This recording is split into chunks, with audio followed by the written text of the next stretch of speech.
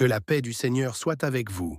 Aujourd'hui, nous allons parler de 3 actualités importantes dans le monde chrétien. Des faits qui nous appellent à la veille, à la prière et à l'unité. 1. La déclaration de Séoul, affirmation de la foi évangélique. Récemment, lors d'une grande assemblée mondiale en Corée du Sud, la World Evangelical Alliance a publié ce qu'on appelle la déclaration de Séoul. Dans cette déclaration, les responsables évangéliques du monde entier ont réaffirmé haut et fort 2 choses. L'autorité de la Bible comme parole de Dieu. La fidélité aux enseignements chrétiens dans un monde où beaucoup de valeurs changent très vite.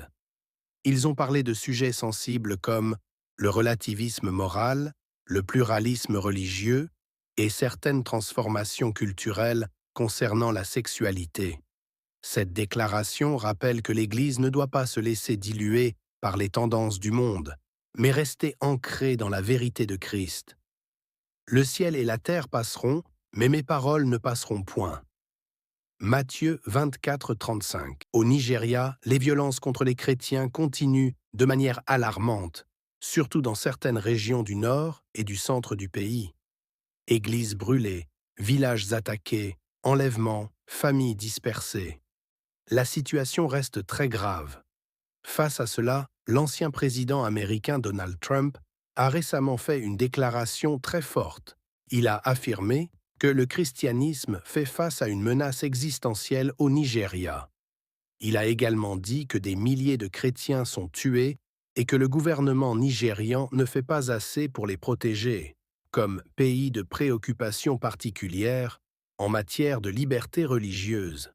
Cela veut dire que les États-Unis peuvent appliquer des sanctions, couper certaines aides ou faire pression diplomatique directe.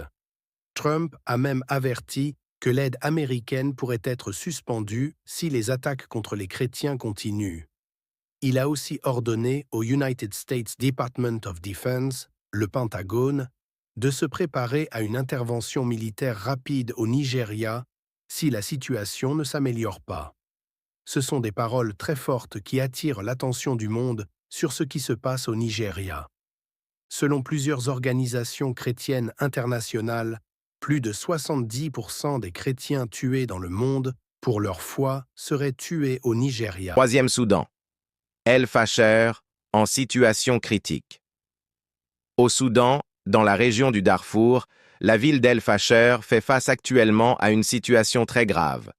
Des combats violents ont éclaté et de nombreuses familles se retrouvent de prise au piège, sans moyen de fuir. L'organisation Christian Solidarity Worldwide demande une intervention urgente pour protéger les civils. Des rapports parlent d'exécutions, d'incendies et de personnes forcées de quitter leur maison. Même si toutes les victimes ne sont pas chrétiennes, beaucoup de familles chrétiennes sont touchées et souffrent en silence. Heureux ceux qui procurent la paix, car ils seront appelés fils de Dieu. Matthieu 5,9. Prions pour la protection des innocents, la fin des violences et la guérison de ce pays blessé. Si cette vidéo t'a touché, n'hésite pas à la partager et à t'abonner pour soutenir cette mission. Ensemble, faisons entendre la voix de l'Église.